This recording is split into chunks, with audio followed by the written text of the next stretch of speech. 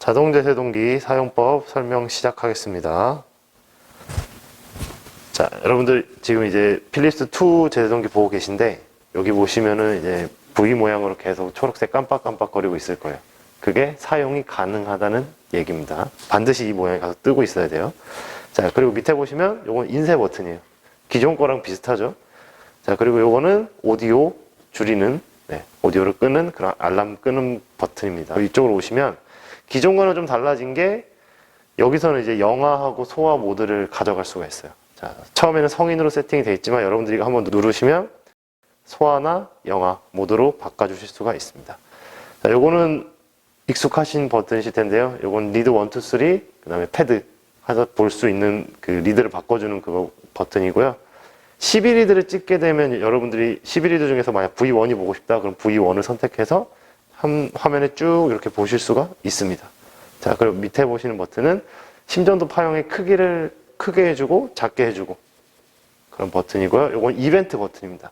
여러분들이 심정지 상황에서 CPR 중에 이걸 누르고 하시면 내가 약물을 몇 개 줬는지, 어떤 약물을 썼는지 클릭만 해주시면 여기 이벤트가 다 저장이 됩니다. 그럼 나중에 조금 더 편리하게 여러분들이 데이터를 뽑아서 보실 수가 있겠죠. 자, 그리고 기존과 좀 달라진 거는 여기 밑으로 내려갔죠. 왼손이 잡을 수 있게끔. 네. 이제 오른손으로 다른 일을 많이 하시라고 이쪽으로 내려간 거고요.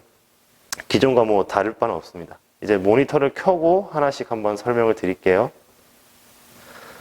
자, 여러분들 제세동기 점검하셔야 되잖아요. 점검하실 때는 여기서 한번 눌러주십니다. 자, 그러면은 여러분들이 쭉 가시면 기타 버튼이 있어요. 여기 들어가서 작동 확인 들어가시면 반드시 모드를 꺼줘야 작동 확인 넘어갑니다. 네. 이 순서대로 여러분들이 케이블 가지고 하시면 테스트가 끝이 납니다. 다 끝이 나면 여기 종료 버튼 눌러주시면 다시 원상태로 돌아갈 수가 있고요. 자, 수동으로 가실 때는 이 회사의 에너지 권장량은 150줄입니다. 뭐 여러분들이 선택하셔서 다른 에너지 줄 수도 있고요. 요건 싱크로나이즈드 버튼, 요건 이제 충전, 요건 충격 버튼입니다. 네. 비슷하죠? 기존과 다를 게 거의 없어요. 그리고 여기 12리드를 누르시면 여러분들이 12리드를 다 찍으실 수가 있습니다. 반드시 12리드 획득하셔서 종료를 눌러줘야 저장이 됩니다. 획득하셔서 나이를 한번 선택해 주시고요.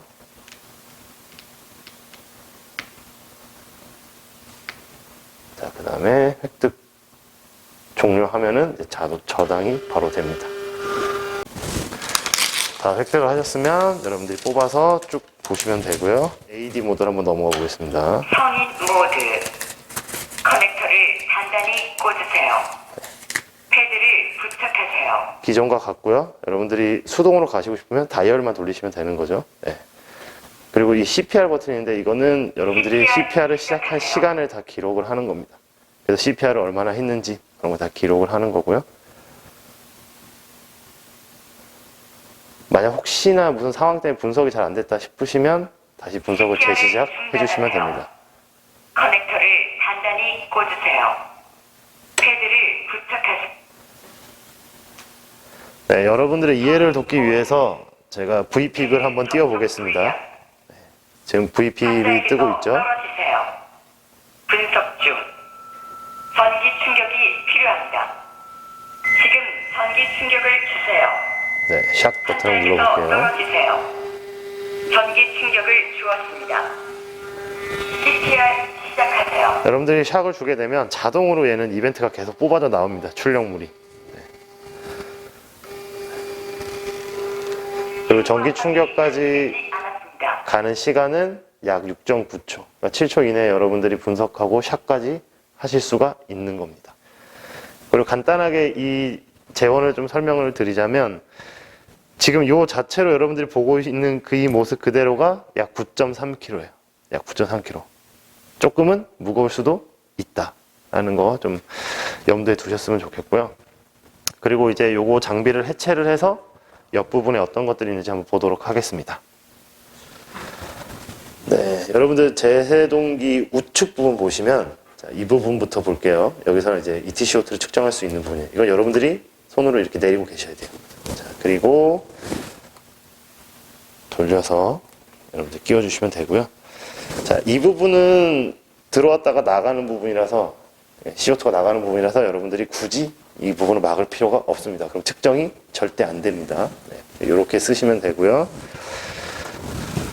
자, 그 밑에 있는 거는 여러분들 잘 아시는 SPO2.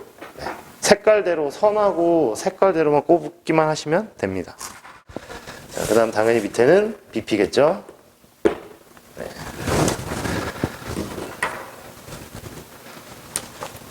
자, 그리고 맨 밑에는 여러분들 좋아하시는 11리드 선입니다. 요걸 꽂게 되면 이제 여러분들이 원하시는 거 언제든지 다 할 수가 있습니다. 네. 그리고 여러분들 보시면은 제가 분리를 해놨는데,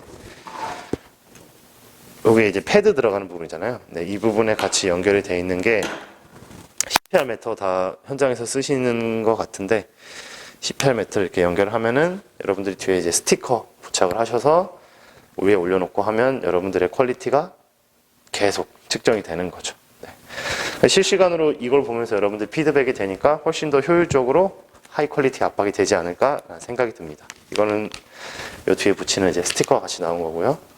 네. 자, 여러분들 보시면 BP 시작 버튼이고요. 11리드. 이 TBI는 여러분들이 아시는 외상성 내손상이 있을 때 이걸 눌러주시면 나이를 선택하게 돼 있어요. 뭐 나이를 선택하시고 하면 여기가 이제 바뀌죠. 이 부분이 보면은 이제 수축기 결합, ETCO2, SPO2. 이게 외상성 내손상이 있는 이 나이에 때 사람들은 지금 녹색으로 되어 있는데 이거는 정상이란 얘기예요. 근데 이게 노란색으로 바뀌면 비정상이란 얘기죠. 네. 수치가 올라갔거나 떨어졌거나 그걸 나타낼 수 있겠죠. 네. 오디오를 꺼보겠습니다. 네. 이벤트가 생기면 출력은 계속해서 따라오는 거고요. 여러분들이 여기다 이제 측정을 하고 계시면 이 양쪽에 정상 범위가 떠요. 여기 큰 가운데 크게는 이 사람의 지금 현재 상태를 나타내는 바이탈 사인이 뜨는 거고, 양옆에 밑에 양옆에 정상 수치가 뜹니다. 그 수치를 벗어나면 색깔이 변하게 돼 있죠. 다 여기 세 개 다 마찬가지고요. 네. 그래서 혹시나 외상 출동을 나가셨을 때 이 장비도 외상에서도 조금 더 쓸 수 있겠구나. 네. 이런 수치들을 여러분들 물론 여러분들이 더 잘 아시겠지만 여기도 좀 참고해봐서 볼 수가 있구나. 그래서 이 기능이 추가된 것도 상당히 좋은 기능이라고 생각을 하고요. 여러분들이 쓰시건 안 쓰시건 이건 이제 TBI라는 그런 기능이 있다는 거를 이제 설명을 드린 거고요. 자, 여러분들 데이터 전송하는 거 한번 볼게요. 이 위에 와이파이 표시가 이렇게 활성화가 돼 있어야 돼요. 여러분들 핸드폰과 모바일 핫스팟 켜셔서 얘랑 활성화가 돼 있어야 돼요. 그러면 이제 여기 제가 연결한 걸로 한번 볼게요. 자, AP 통신 목록에 들어가셔서 선택해 주시면 됩니다. 여러분들이 연결되어 있는 여러분들 모바일 핫스팟 이름을 연결을 해 주시고, 자, 그 다음에 이제 기타로 들어가시면 됩니다. 기타에서 데이터 관리, 임상 모드 종료하시고, 지금 이제 목록은 넘어왔고요. 이제 와이파이 표시만 뜨면 바로 전송이 가능한 겁니다. 네, 와이파이 들어왔고요. 자, 전 이걸 한번 선택해 보겠습니다. 자, 그래서 전송 이벤트 코리아 하면 전송 완료 버튼이 이 부분에서 뜹니다. 네, 전송이 다 됐고요. 네, 그리고 기존과는 좀 달라진 게 여러분들 이 데이터를 병원에도 전송하실 수 있고, 여러분들 뭐 이메일이나 이런 때로 여러분들 핸드폰으로 받아서 보실 수가 있습니다. 뒤에 USB 단자도 있고 다 있는데 아마 이 제품을 받을 때 셀룰러 데이트를 이용해서 하는 그 기계도 하나 받으실 거예요. 그거 가지고 하시면 훨씬 더 편하게 여러분들이 하실 수가 있습니다. 네, 간단합니다, 여러분들. 네, 다이얼은 항상 이쪽에 있구나. 네, 그래서 내가 원하는 모드를 가져가시면 되고, 자, 메뉴는 항상 내가 찾고자 하는 거는 반드시 이걸 딸깍 누르시면 여러분들이 찾고자 하는 것들이 다 나와 있습니다. 반드시 해보시고, 부족한 부분은 설명서가 있으니까 여러분들이 조금 더 궁금하다 하시는 분들은 설명서를 참조하는 것도 괜찮은 방법인 것 같습니다. 이상입니다. 펜탁스 비디오 후드경에 대해서 설명드리도록 하겠습니다. 처음 펜탁스 모델 200 형태인데요. 현재 강원도에 배치되어 있는 건 펜탁스 100 형태인 기존 모델인데 지금부터는 신형 모델을 사용하기 시작해서 200 모델에 대해서 설명을 드리도록 하겠습니다. 크게 차이는 없고요. 여기 전면부가 들리는 여부에 따라서 100과 200이 나눠지고요. 일단은 구성에 대해서 보면 전원, 억스, 그리고 외부 단자, 그리고 블락체인 연결 부위 아래쪽에 화면이 되겠습니다. 블레이드는 총 4가지로 구성이 되어 있고요. 색깔로 구분하실 수가 있습니다. 일단은 가장 많이 사용하는 스탠다드 형태의 투명 색깔 성인 대자, 그리고 초록색 형태의 성인 중자, 그리고 빨간색의 소화용, 그리고 하늘색의 유화용이 있습니다. 일단은 오늘 준비한 것은 성인 대자와 소화용으로 준비를 해봤습니다. 그리고 블레이드를 결착을 할 때를 먼저 설명을 드리도록 하겠습니다. 블레이드에 보시면 앞에 화살표가 있습니다. 이 화살표와 기계 내 쪽에 화살표를 일치하게 둔 후 여기 결착 부위를 당겨줍니다. 네, 결착부를 당기고 결착을 한 뒤 락 버튼으로 락을 해서 이중 잠금의 형태를 해서 환자가 다물거나 했을 때 분리되지 않는 형태로 되어 있습니다. 일단은 전원을 켜주시면 되고요.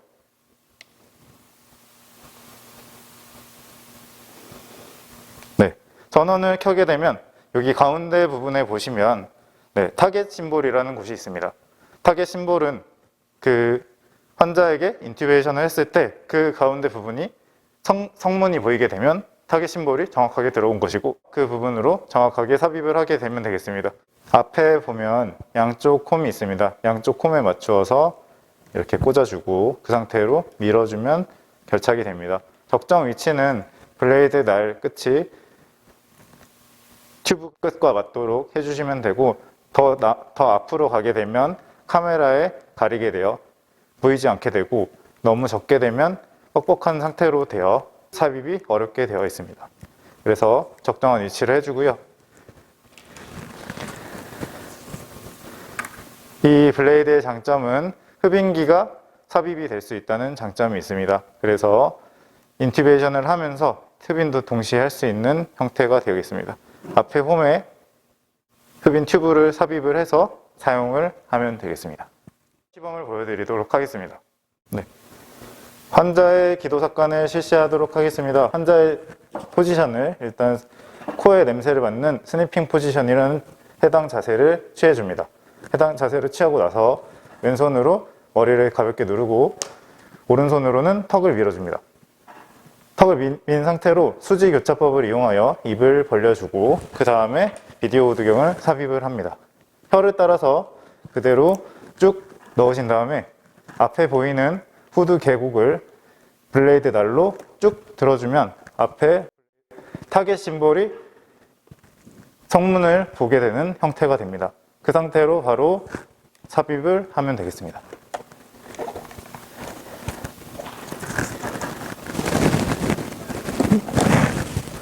성인의 경우 18에서 23cm 정도가 적당한 깊이이고 현재는 22cm으로 고정을 하도록 하겠습니다. 바로 손을 떼지 마시고 주사기로 10cc 정도의 압력을 가하여 발로닝을 하고 발로닝을 확인한 뒤 고정을 해주면 되겠습니다. 안녕하십니까, 강화서학교 안전입니다. 오늘 제가 소개해드릴 장비는 엠마의 ETCO2 측정기입니다. 호기말 이산화탄소 측정 장치라고 생각하시면 되겠습니다. 예전에 이제 강호소방에 보급된 장비는 주로 이제 주황색 장비들을 많이 보셨을 겁니다. 이제 새로운 버전이 보급되기 시작했고 그 기존의 장비와 차이점을 설명해드리면서 이 장비에 대해서 소개를 해드리도록 하겠습니다. 자, 먼저 전원을 이제 켜는 방법을 한번 보도록 하겠습니다. 버튼을 누르시게 되면 이런 식으로 기존에 있던 장비와 이제 차이점이 뭐냐면 지금 이 액정 화면 속에서 이제 그래프가 이제 표시가 되면서 기존에는 어떤 수치만으로 환자의 ETCO2를 측정인 반면에 지금은 지속되는 그래프의 변화, 그 그래프의 수치의 트렌드를 확인할 수 있다는 게 새로운 버전의 장점입니다.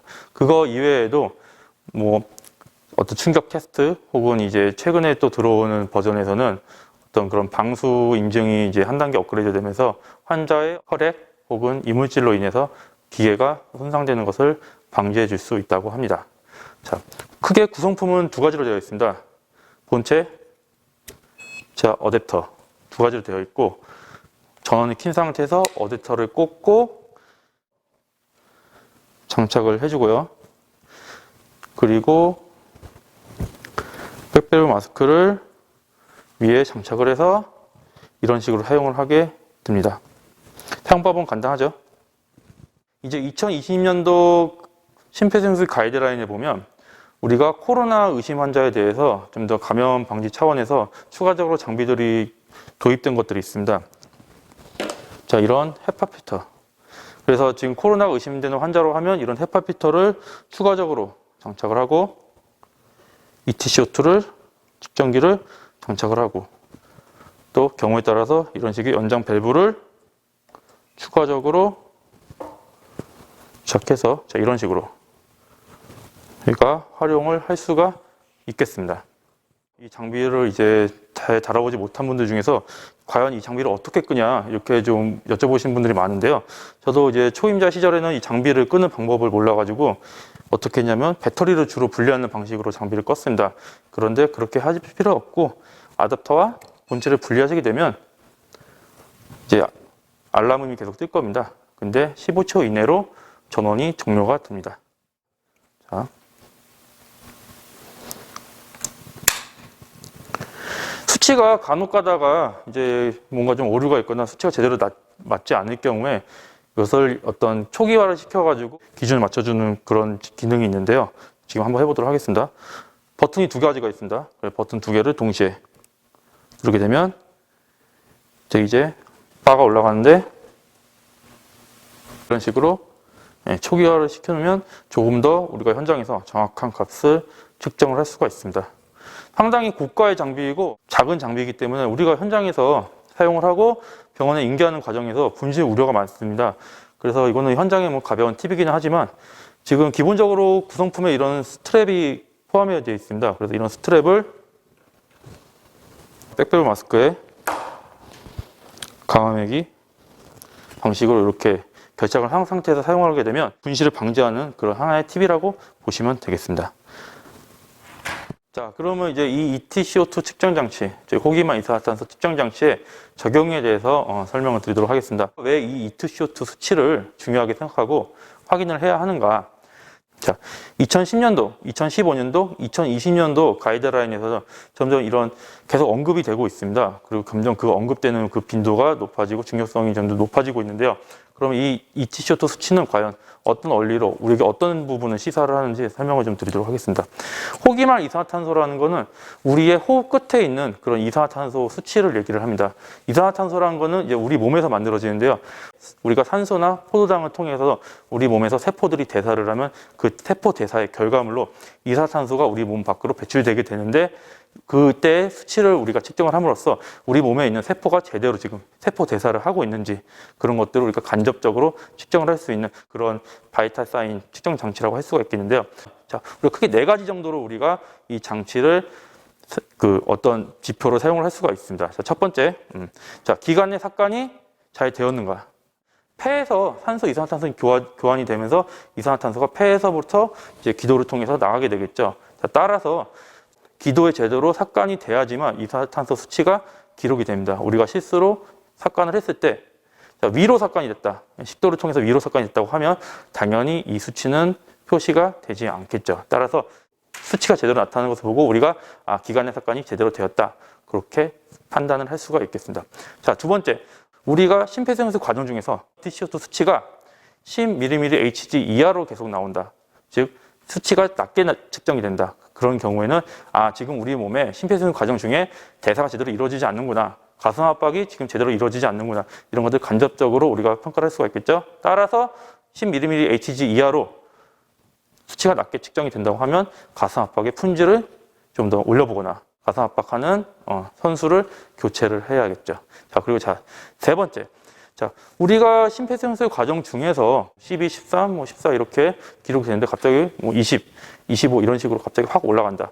그렇다고 하면 뭐 물론 이제 다른 부분도 함께 평가를 해야겠지만 이 환자가 지금 혹시 자발 순환 회복, 즉 ROSC가 됐을 가능성이 있다.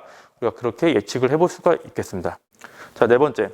자, 이거는 이제 단독적인 지표로 사용해서는 안 됩니다. 하지만 우리가 어떤 간접적인 어떤 그런 지표로 예측은 해볼 수가 있는데요. 자, 우리가 20분 이상 심폐소생술을 했음에도 불구하고 이 ETCO2 수치가 계속 낮은 채로 그렇게 상승되지 않는다. 그렇다고 하면 이 환자의 예후는 몹시 불량하겠구나. 우리가 그렇게 예측을 해볼 수가 있겠습니다. 이렇게 네 가지 경우에 우리가 심폐소생술 과정 중에서 ETCO2 수치를 확인하고 우리가 왜 이거를 장착을 해서 이 지표를 활용을 해야 되는지에 대한 설명을 또 드렸습니다. 현장에서 좀 많이 사용하셔가지고 환자 자체에 도움이 되시기 바랍니다. 자, 감사합니다. 안녕하십니까. 콤비튜브에 대해서 설명드리도록 하겠습니다. 기존에 배치되어 있던 백밸브 마스크의 경우에는 성인, 소아, 유아 이렇게 총 3가지 형태로 2개씩 실리도록 되어 있습니다. 하지만 좁은 구급차 내 공간에는 적절하지 않았죠. 그래서 나온 제품이 콤비튜브인데요. 지금 보급이 되어 있는 데도 있고 앞으로 보급이 될 예정인 곳도 있습니다. 앞에 것을 백부터 설명을 드린다면 앞에 성인 모양이 되어 있는 성인 부분으로 짜게 되면 성인, 그리고 뒷면에 보면 작게 되어 있는 작은 사람 모양으로 되어 있는 소아, 유아 형태가 되어 있습니다. 그리고 위쪽에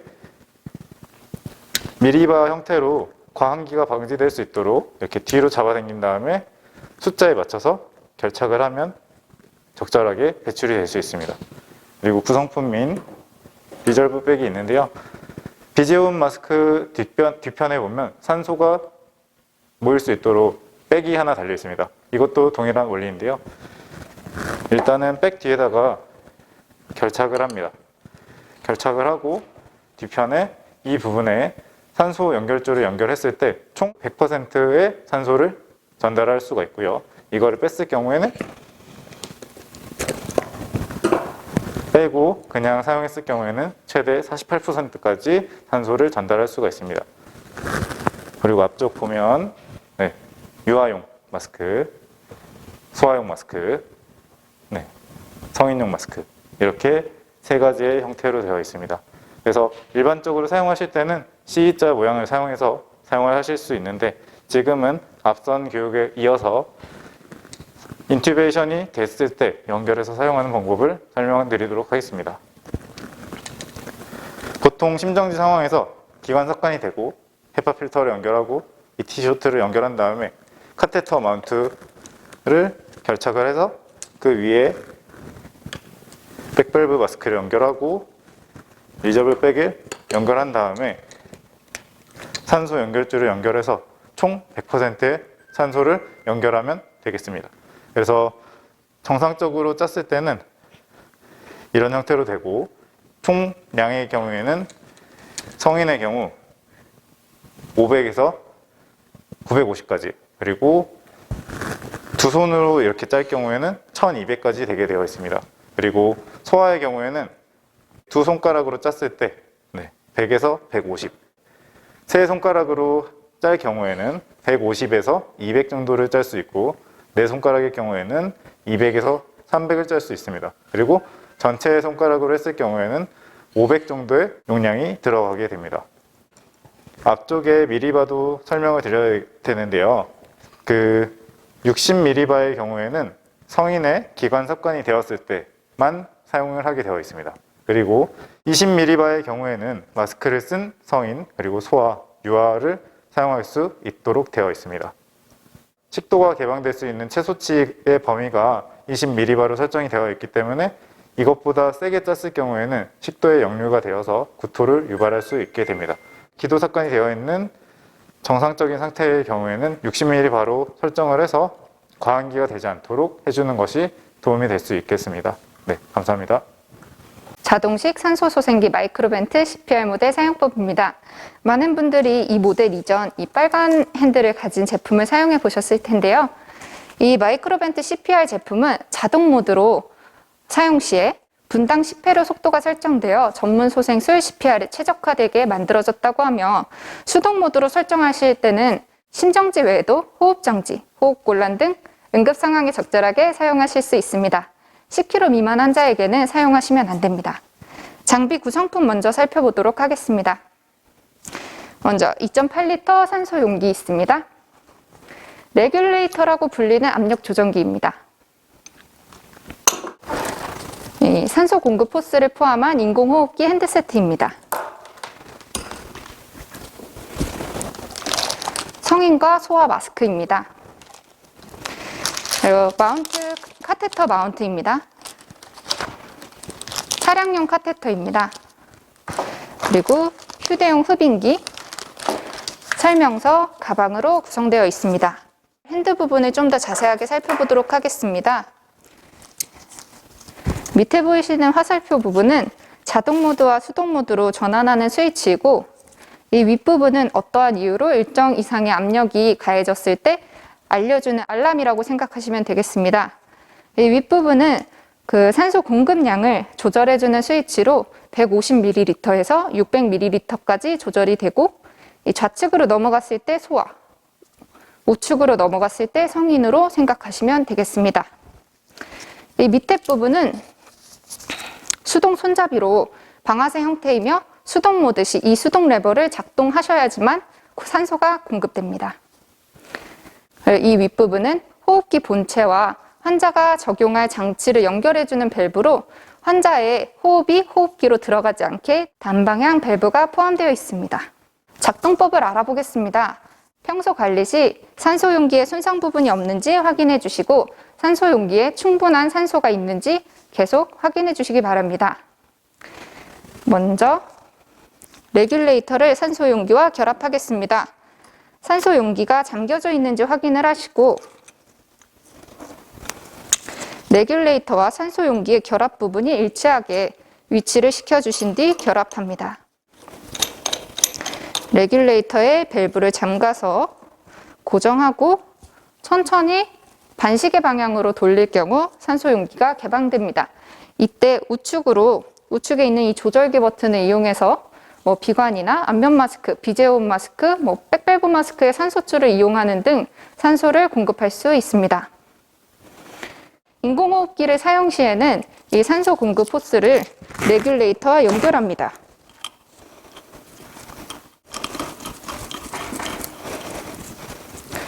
확실히 잠가준 뒤 산소 용기를 반시계 방향으로 천천히 열어서 개방하게 됩니다. 그 뒤부터는 이제 마네킹을 활용해서 마스크와 전문기도 삽관을 했을 때 어떻게 사용하는지 살펴보도록 하겠습니다. 마스크를 이용한 방법입니다.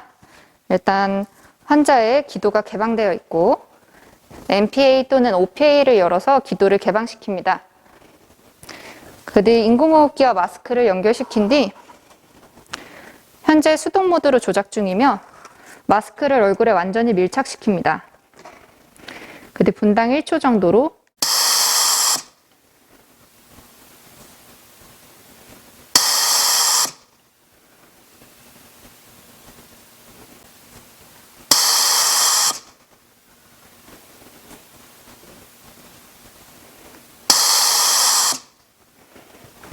이런 식으로 가슴이 오르락 내리락 거리는지 확인을 하시면서 이 환자에게 산소를 공급하시면 되며, 그리고 또는 CPR 중에 30대 2로 가슴 압박 시에는 이제 가슴 압박 이완 시에 이 산소를 공급하셔야지만 폐의 손상을 방지할 수 있습니다. 다음은 전문 기도 삽관 후 사용하는 방법입니다. 전문 기도기 삽관 후 이 위쪽에 헤파 필터, ETCO2, 카테터 마운트 등을 사용해서 연결하시고 그 뒤에 인공호흡기를 연결해 주신 뒤 자동 모드를 선택할 경우 분당 10회로 CPR 때 사용하실 수 있습니다. 위쪽에 성인, 지금 현재 마네킹이 성인이기 때문에 성인 모드로 유량을 조절해 놓았고, 이 상태로 환자를 이송할 경우 카테터 마운트가 있기 때문에 이 들것 위에다가 장비를 올려놓아도 장비가 잘 고정되어 있으면 빠지지 않을 수 있습니다. 하지만 이 장비가 약간의 무게가 있기 때문에 카테터 마운트를 사용하지 않고 이 상태로 이동 시에는 잡고 있거나 고정을 제대로 하지 않는다면 삭관하신 기도기가 빠지거나 아니면 이 인공호흡기가 빠질 수 있으므로 주의해서 사용하시면 되겠습니다. 이상으로 산소소생기 설명을 마치겠습니다.